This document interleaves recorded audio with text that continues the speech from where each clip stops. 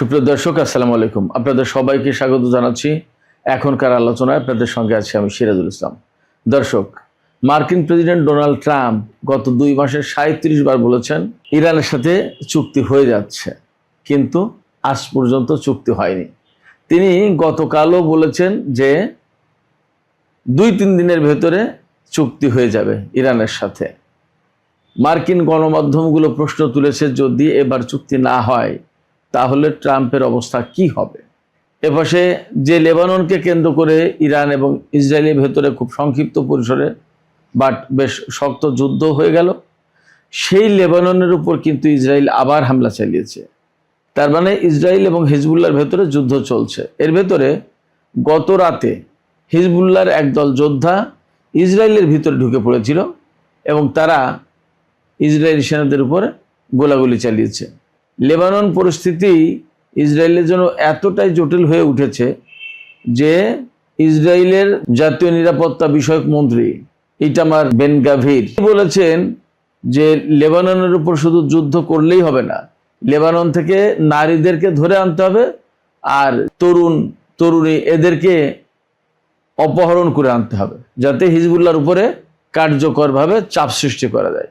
তার মানে তারা যে যুদ্ধ করছে হিজবুল্লাহর উপরে, সেই যুদ্ধ আসলে খুব একটা কাজে আসছে না, এটা বোঝা যাচ্ছে। ইটামার বেন গাভিরের এই রকমের উগ্রবাদী কথাবার্তা কাজকর্মের জন্য তার উপরে ফ্রান্স নিষেধাজ্ঞা আরোপ করেছে। ফ্রান্স বলেছে এই ইটামার বেন গাভির ফ্রান্সে প্রবেশ করতে পারবে না। এদিকে হরমুজ প্রণালীতে আমেরিকার যে অ্যাপাচি হেলিকপ্টার বিধ্বস্ত হয়েছে, কোনো সূত্র বলছে সেটা ইরানের আঘাতে হয়েছে। এ ব্যাপারে মার্কিন প্রেসিডেন্ট ডোনাল্ড ট্রাম্প কিছু কথা বলেছেন। আরেকটি গুরুত্বপূর্ণ খবর আছে, সেটি হচ্ছে ইরান এবং ইসরায়েলের ভেতরে যে সংক্ষিপ্ত পরিসরে 2 দিন আগে যুদ্ধ হয়ে গেল, সেই যুদ্ধে ইরানের ক্ষেপণাস্ত্রের আঘাতে ইসরায়েলের রামাত ডেভিড বিমানবন্দরের বিমানের হ্যাঙ্গার মারাত্মকভাবে ক্ষতিগ্রস্ত হয়েছে। সেখানে ডাইরেক্ট ক্ষেপণাস্ত্র আঘাত এনেছিল। তো সুপ্রিয় দর্শক, এই সব বিষয় নিয়েই এখন বিস্তারিত আলোচনা করব। আশা করি আপনারা সঙ্গেই থাকবেন, আর ভিডিও ভালো লাগলে লাইক কমেন্ট শেয়ার করবেন এবং চ্যানেলটি সাবস্ক্রাইব করে সাথেই থাকবেন। দর্শক, প্রথম আলোচনা যেটা করতে চাই সেটি হচ্ছে যে মার্কিন প্রেসিডেন্ট ডোনাল্ড ট্রাম্প তিনি গত 2 মাসে অন্তত 37 বার তিনি বলেছেন যে ইরানের সাথে চুক্তি হয়ে যাচ্ছে, কিন্তু আজ পর্যন্ত কোনো চুক্তির খবর নেই। এ নিয়ে মার্কিন টেলিভিশন সিএনএনের ওয়েবসাইট যেটা, তাতে বিস্তারিত প্রতিবেদন প্রকাশ করা হয়েছে। সেখানে দেখা যাচ্ছে একেবারে নাম ধরে তারিখ ধরে ডোনাল্ড ট্রাম্প কোন সময় কোথায় কার কাছে কোন উপলক্ষে কি বলেছেন একদম পরিষ্কার সবকিছু মোটামুটি লেখা আছে। 6 April, 7 April, 28 April, 15 April, 16 April, 29 March, এইরকম বিভিন্ন তারিখে ডোনাল্ড ট্রাম্প বলেছেন যে ইরানের সাথে চুক্তি হয়ে যাচ্ছে, আমরা ভেরি গুড ডিল করতে যাচ্ছি, ভেরি বিউটিফুল, গ্রেট ডিল, অনেক কিছু বলেছে, কিন্তু এই পর্যন্ত আসলে কিছুই হয়নি। তো এই যে ডোনাল্ড ট্রাম্প একের পর এক তিনি বলে যাচ্ছেন বা বলে গেছেন, কালকেও বলেছেন যে ইরানের সাথে চুক্তি হয়ে যাচ্ছে এবং খুব একটা ভালো চুক্তি হবে, আমাদের প্রত্যাশা মতো আমরা যেভাবে চুক্তি চাই সেইভাবে হবে, এবং ইরান আমাদেরকে সবকিছু দিয়ে দিতে রাজি হয়েছে। কি দিতে রাজি হয়েছে তিনি আর বিস্তারিত বলেন। তিনি বলছেন যে ইরান আমাদের সবকিছু দিতে রাজি হয়েছে, একটা গ্রেট ডিল হতে যাচ্ছে এবং এটা আমাদের অনুকূলে, আমাদের পক্ষে থাকবে সে ডিল, খুব ভালো একটা চুক্তি হতে যাচ্ছে।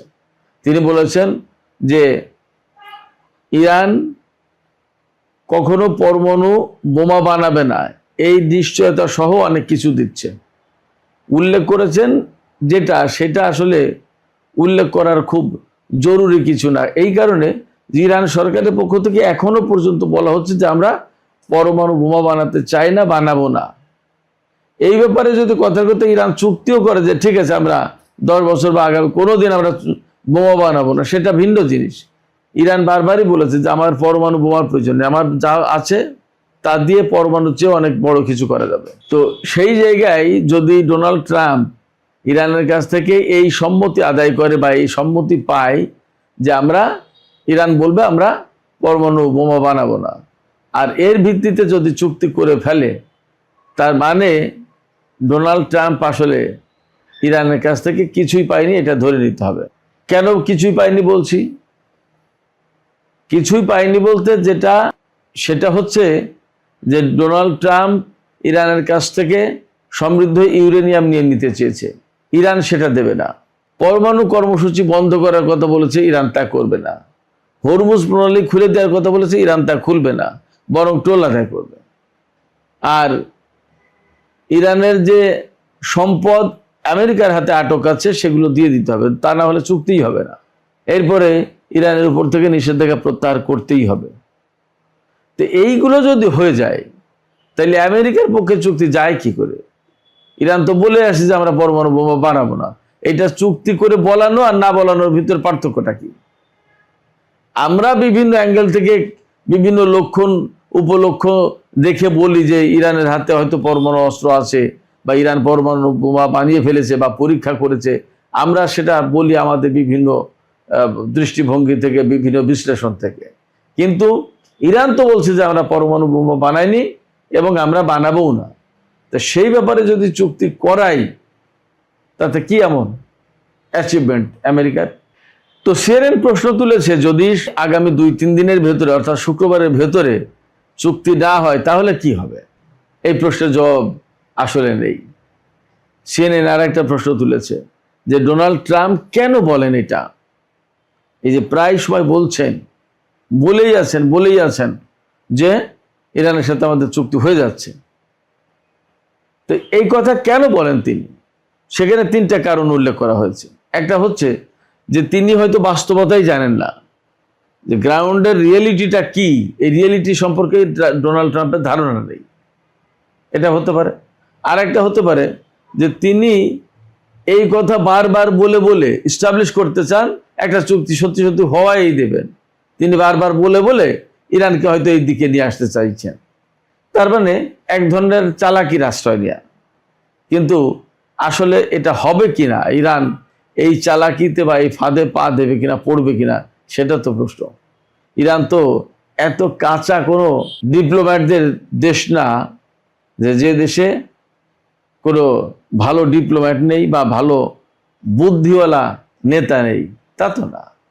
বরং ইরান বছরের পর বছর, যুগের পর যুগ এই আমেরিকা, ইসরায়েল, তারপরে পশ্চিমা বিভিন্ন দেশ, মধ্যপ্রাচ্যের কত কত প্রতিবেশী দেশ, শত্রু, তাদের সাথে লড়াই করে, তাদের সাথে প্রতিদ্বন্দ্বিতা করে এ পর্যন্ত টিকে আছে এবং এই পর্যন্ত এসেছে।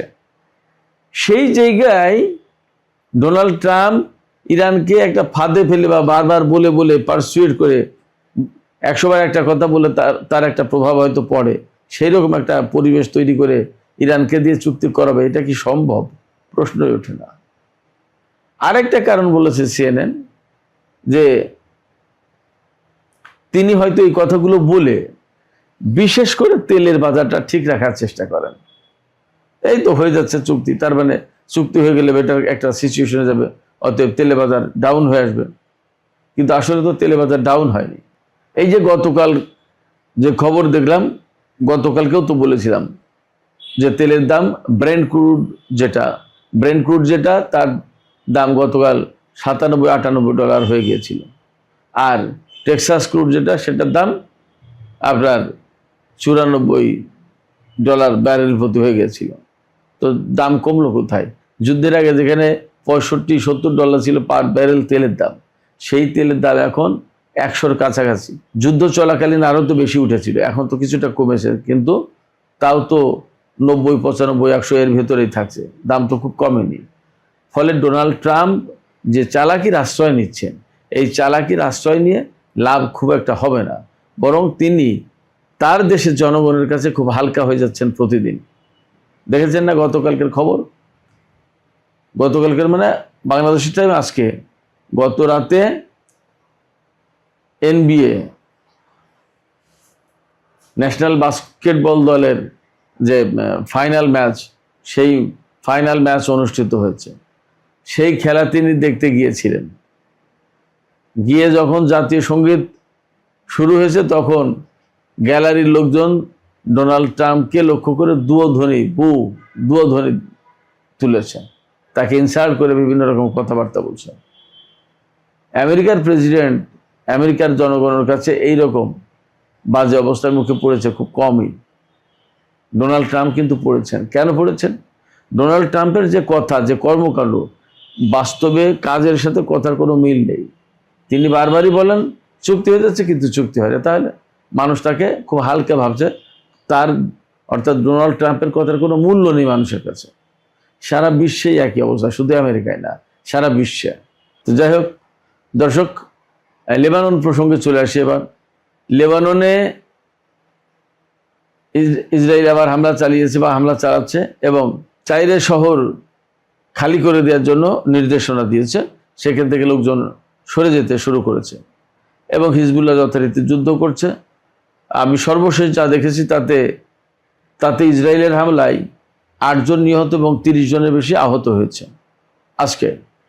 তো সেক্ষেত্রে ইরান ইসরায়েল যুদ্ধ বন্ধ হলেও ইসরায়েল কিন্তু লেবাননে আগ্রাসন বন্ধ করেনি। এটা খুবই দুঃখজনক এবং ইরান এখন কি করে সেটা একটা দেখার ব্যাপার। আমরা জানি না, যেহেতু চুক্তির কথা হচ্ছে, সেই জায়গায় ইরান একটু ধৈর্য ধরবে নাকি আবার ইসরায়েলের উপর হামলা চালাবে আমরা জানি না, দেখার ব্যাপার। তো এর ভেতরে গত রাতে হিজবুল্লাহর কিছু যোদ্ধা দক্ষিণ লেবানন থেকে ভিতরে ঢুকে গিয়েছিল।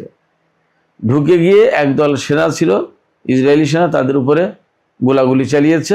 তাতে বেশ কয়েকজন সেনা আহত হয়েছে আর হিজবুল্লাহর একজন সদস্য সেখানে নিহত হয়। তো হিজবুল্লাহ আসলে ডেসপারেটলি ইসরায়েলের ভেতরে ঢুকে অভিযান চালিয়েছে। এটা কিন্তু গুরুত্বপূর্ণ একটা সিগন্যাল। তার মানে তারা হয়তোবা ইসরায়েলের ভিতরে ঢুকে যাওয়ার যে বিষয়টা, সেটা অনেকটা রেকি করার মতো বা প্র্যাকটিস করার মতো করে নিল। সামনে হয়তোবা আরও বড় কিছু দেখা যেতে পারে। এই লেবানন থেকে ইসরায়েলের ভেতরে ঢুকে এ ধরনের আরও অভিযানের সম্ভাবনা মনে হয় তৈরি হলো। এদিকে ইসরায়েলের যে জাতীয় নিরাপত্তা মন্ত্রী ইটামার বেন গাভির, এই লোক বলেছে যে হিজবুল্লাহর উপরে আরও বেশি চাপ সৃষ্টি করার জন্য লেবানন থেকে নারীদেরকে, যুবক যুবতী, তরুণ তরুণী, এদেরকে ধরে আনতে হবে। চিন্তা করেন কি ধরনের মন মানসিকতা পোষণ করে। সারা বিশ্বে এই লোক উগ্রবাদী হিসেবে পরিচিত। ফ্রান্স তার উপরে আজকে নিষেধাজ্ঞা আরোপ করেছে তার এই উগ্রবাদী কথাবার্তা, উগ্রবাদী আচরণের কারণে। দেখা যাক কি হয়।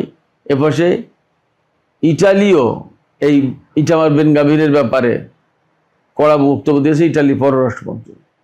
ইটালির সাথে তো ইসরায়েলের সম্পর্ক চরম খারাপ অবস্থায় গেছে, সেটা তো আপনারা সবাই জানেন।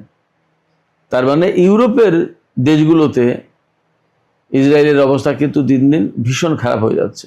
2-3 দিন আগে তো একটা জনমত জরিপ এসছে যে সারা বিশ্বের 28টা দেশে ইসরায়েলের ব্যাপারে জনমত জরিপ করা হয়েছে। তাতে 21-22টা দেশে শতকরা 80% লোক ইসরায়েলকে অপছন্দ করে।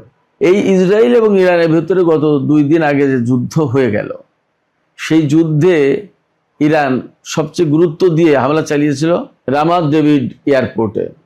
এই রামাত ডেভিড এয়ারপোর্ট সম্পর্কে আমি আপনাদেরকে বলেছিলাম।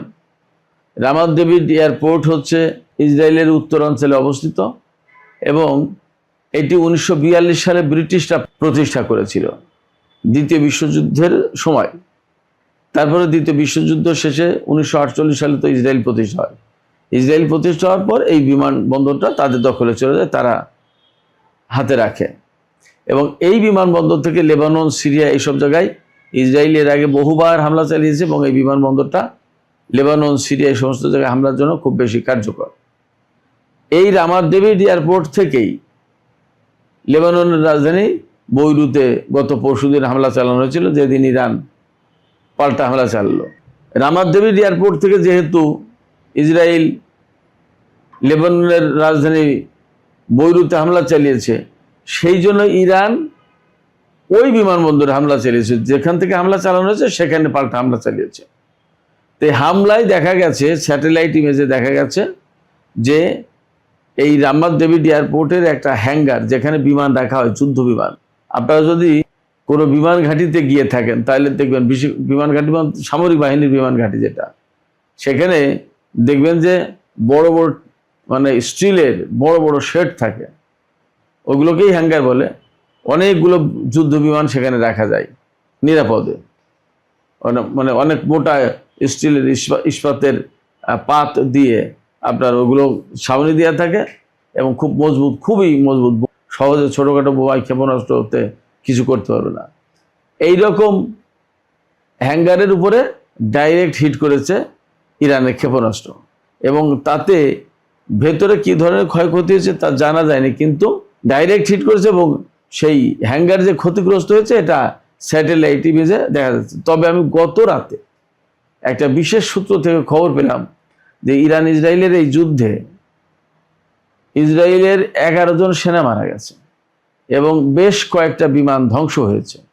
এই যে রামাত ডেভিড এয়ারপোর্টে যে হামলা, এই হামলায় নাকি বেশ কয়েকটা বিমান ধ্বংস হয়েছে এবং বেশ ভালো রকমের ক্ষয়ক্ষতি হয়েছে বিমানবন্দরটিতে।